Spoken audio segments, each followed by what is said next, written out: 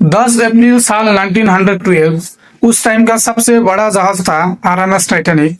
उन्होंने अपनी पहली यात्रा शुरू की थी। यह यात्रा थी इंग्लैंड के साउथहैम्पटन सिटी से अमेरिका की न्यूयॉर्क सिटी तक, और 10 अप्रैल को दोपहर के तकरीबन 12 बजे यह जहाज ने अपने पैसेंजर को लेकर अपनी यात्रा शुरू की थी अटलांटिक ओशन से।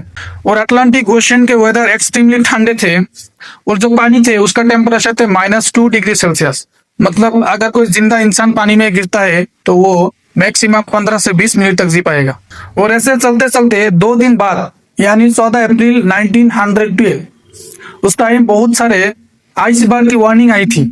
मतलब सामने बर्फ की टुकड़े होने का चांस थी, उसका वार्निंग आई थी, लेकिन इन्होंने उस वार्निंग को इग्नोर किया था। और जहाज के आगे 2 लोग रहते थे जिन्होंने आगे खतरा देखते हैं और कप्तान को इन्फॉर्म करते थे, और ये 2 लोग थे फ्रेडरिक फ्लेट एंड रेजिनाल्ड ली।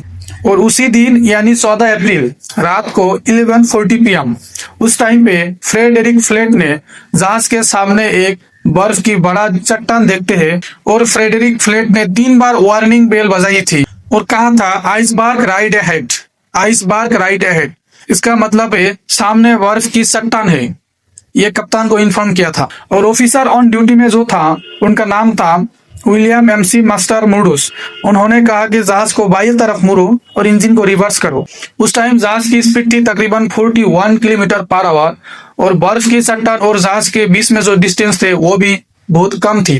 तो इतने कम टाइम में इतने ज्यादा स्पीड में इतने बड़े जहाज को मुड़ना इम्पॉसिबल हो गया था, और इसीलिए जहाज की लेफ्ट साइड में बर्फ की चट्टान से टकराई हुई थी।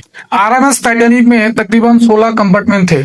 अगर उसमें से 4 कंपार्टमेंट डूब भी जाए तो भी जहाज को कुछ नहीं होगा, ये कहना था जहाज की ओनर की। लेकिन बर्फ की चट्टान से टकराने के बाद जहाज की 5 कंपार्टमेंटों पर छेद हुआ था, और वो छेद से जहाज में पानी भरने लगे, और जहाज की आगे की तरफ पानी ज्यादा भरने लगे, और जहाज की आगे का पार्ट पानी में डूबने लगे। और ऐसे देखते देखते रात को तकरीबन 2 बजे जहाज की आगे की पार्ट पूरा पानी में डूब गया।